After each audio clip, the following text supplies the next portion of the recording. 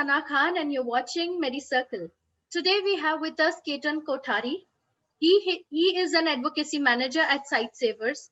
He has been an assistant director at National Association for the Blind, NAB, and he has also been a manager at the NAB Braille Press. Please welcome him to our show, Rendezvous on Empowering the Blind series. Hi Ketan, how are you? Fine, thank you. Okay, so Ketan, to begin with, India is the second most popular country in the world and home to over 20% of the world's blind population. Unfortunately, it is also home to the largest number of blind children in any one country. How do you think India will be able to make the blind Atmanirbhar? Firstly, this Atmanirbhar thing is a little. I mean, I don't know. It's unfortunately now become a more of a. So I would say that if accessibility were improved, I think the blind and all the disabled would become independent and self-dependent. Right. Sorry for this mask. Yeah. Okay. In your opinion, can technology replace Braille? Like, for example, the software like JAWS has been used by Benno Zufijn, the first blind IFS officer of India, to crack the exam using this. What are the benefits and challenges of digitalization? Firstly, we don't know whether she has used JAWS alone and not used Braille at all. Okay.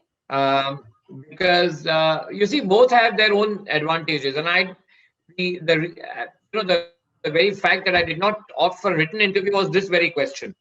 Okay.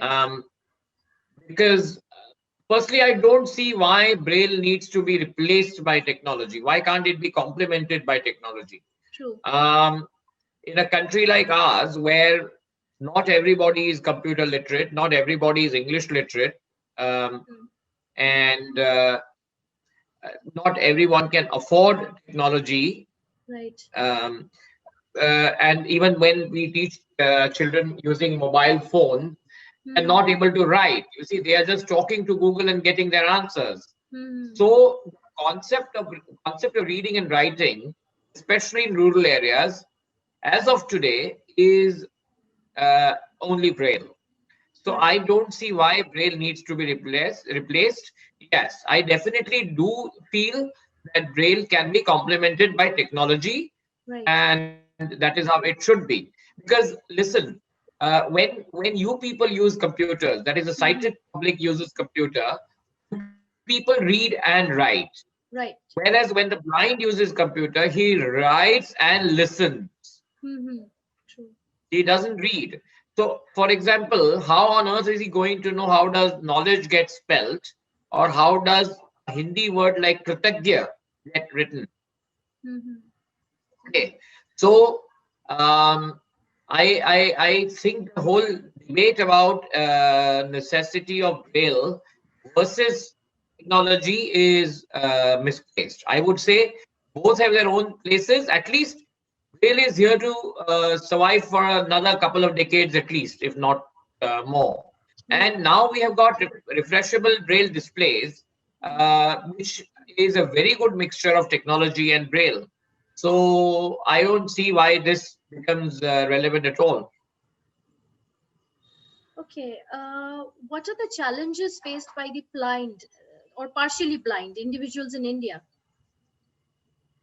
Well, there are plenty of challenges. I mean, the moment you go out, inaccessibility of roads, inaccessibility of public places. And I don't mean by public places only government places. I mean public places is a very wide definition, which is now given in our law. Disability people, Rights for Persons with Disabilities Act 2016. So all in every place, irrespective of ownership, if it is used by public, it becomes a public place.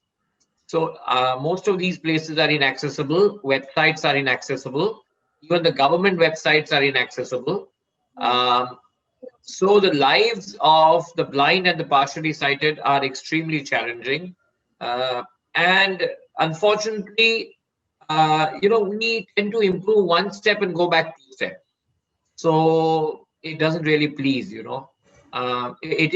is a challenge, truly. Okay. So, Ketan, do you think Indian healthcare policies are enough for the people with vision disabilities so that they can access the same benefits as provided to others? Firstly, healthcare policies are not really very good in India for people with disabilities, especially those of us who are blind and partially sighted. Right. There are no special provisions, no names on the medicines written in accessible format, and no hospitals are made accessible. No hospital staff has this training given. In fact, in these COVID times, I know of cases where blind people who contracted COVID had a very difficult time in government hospitals and even private hospitals where people were not willing to help them. Right. So it was a very, very difficult position.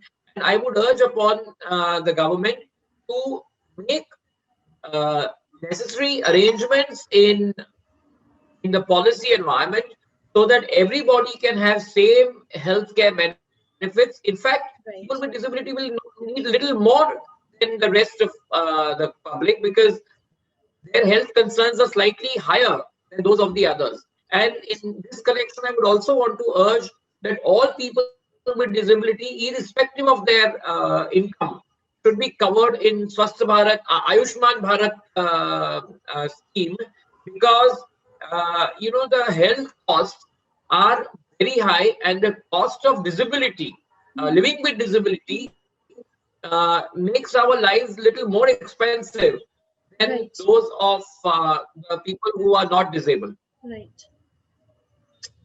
That's really sad. Okay, Ketan, thank you so much for coming to our show and sharing your valuable time and insights with us at MediCircle. It has been a pleasure having you on the show. Thank you, Sana. Thank you.